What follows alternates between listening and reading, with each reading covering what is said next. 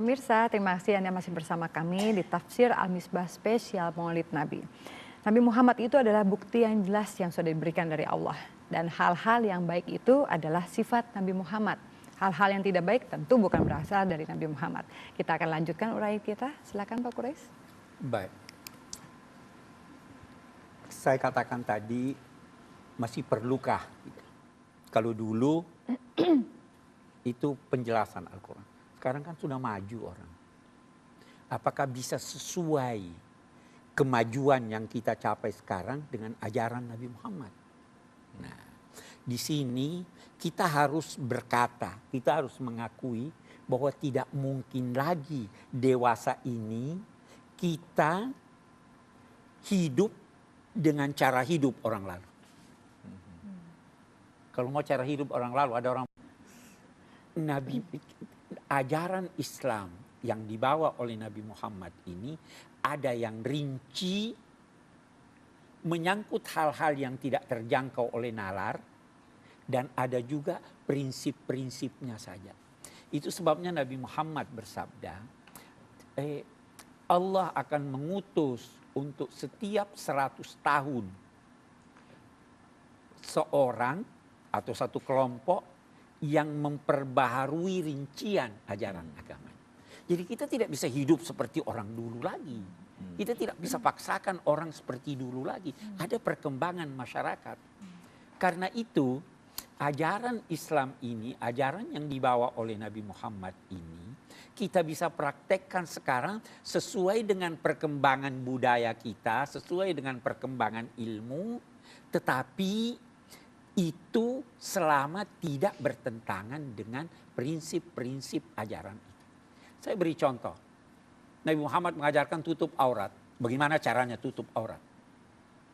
Orang Saudi lain dengan kita. Kita punya budaya. Masyarakat Indonesia dulu lain dengan masyarakat Indonesia sekarang. Dulu ibu-ibu tidak boleh pakai celana panjang. Ya. Jadi, dan agama yang dibawa oleh Nabi Muhammad ini tidak menekankan pada bentuk-bentuk, tapi menekankan pada substansi.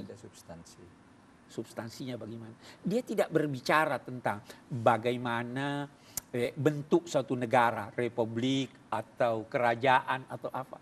Yang dia tekankan nilai-nilainya. Di situ ada musyawarah, di situ ada keadilan, dan itu bisa diterapkan di mana-mana.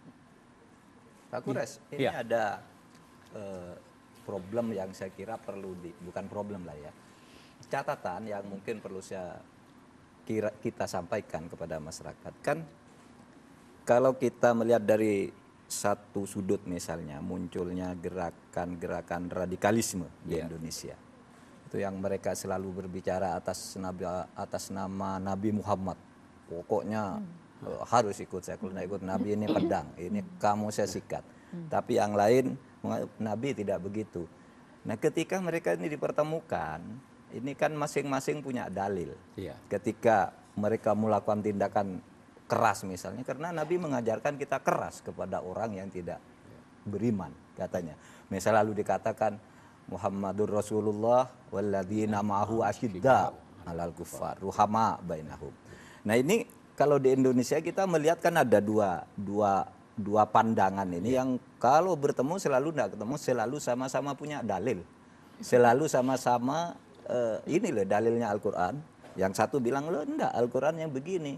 Mereka contohkan Nabi Muhammad dulu pernah berlaku keras terhadap orang Yahudi. Yang misalnya menyuruh membakar masjid ketika masjid itu dibangun tidak dengan niat tulus. Tetapi Nabi Muhammad pernah menolong juga orang Yahudi, orang Kristen. Nah, pilihan-pilihan yang seperti ini sebenarnya substansinya yang paling tepat itu yang seperti apa yang harus kita pilih. Bagus. Substansinya rahmat. Karena itu wa ma arsalnaka illa rahmatan lil alamin. Ini ayat sangat singkat tapi mencakup banyak hal. Dia mencakup subjek, objek, misi dan sasaran. Tuhan mengutus engkau bukan sebagai rahmat, tetapi engkau rahmat. Nah, itu satu. ini yang harus menjadi dasar di dalam memahami ayat-ayat yang kelihatannya tidak sejalan itu. Nah, Muhammadur Rasulullah. Muhammad itu Rasul Allah. Baru dia katakan, walladzina ma'ahu asyidda'u. Orang-orang yang bersama Nabi Muhammad itu bersikap keras terhadap orang kafir. Saya ingin garis bawahi dulu satu hal. Kafir itu dalam bahasa Al-Quran bukan hanya non-muslim. Orang muslim juga ada yang kafir. Orang yang kikir itu dinamai kafir. Orang yang berdosa itu kafir. Asyidda itu juga bukan berarti harus angkat senjata, tapi bersikap keras. Salah satu sikap keras itu tidak bekerja sama dengan dia. Salah satu sikap keras itu menunjukkan sikap tidak setuju. Jadi jangan kalau ada orang berdosa kita ketawa-ketawa. Ya kan? Itu sikap keras. Tidak harus diartikan. Tidak harus diartikan membunuh. Karena dasarnya kita rahmat. Bagaimana rahmat yang ada pada Nabi Muhammad itu mengalir kepada kita. Dan rahmat yang ada pada kita mengalir kepada alam seluruhnya. Walaupun kepada cangkir ini. Karena yang dinamai alam itu selain Tuhan. Apa yang dinamai alam adalah segala sesuatu selain dari Tuhan. Ini saya harus rahmati nih. Jangan lempar dia.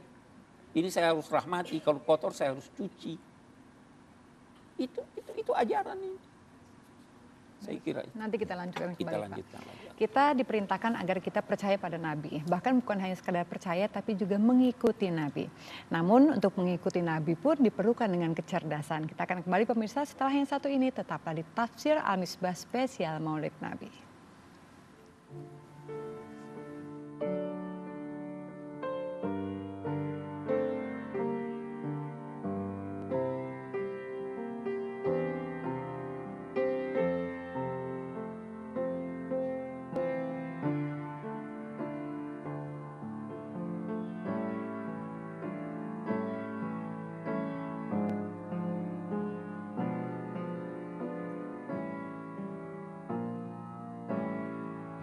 Nah, oleh sebab itu sebenarnya yang lebih tepat itu adalah penerapan hukum seperti yang di dalam Islam itu. Keadilan itu dilihat pada konteksnya, dilihat pada alasannya.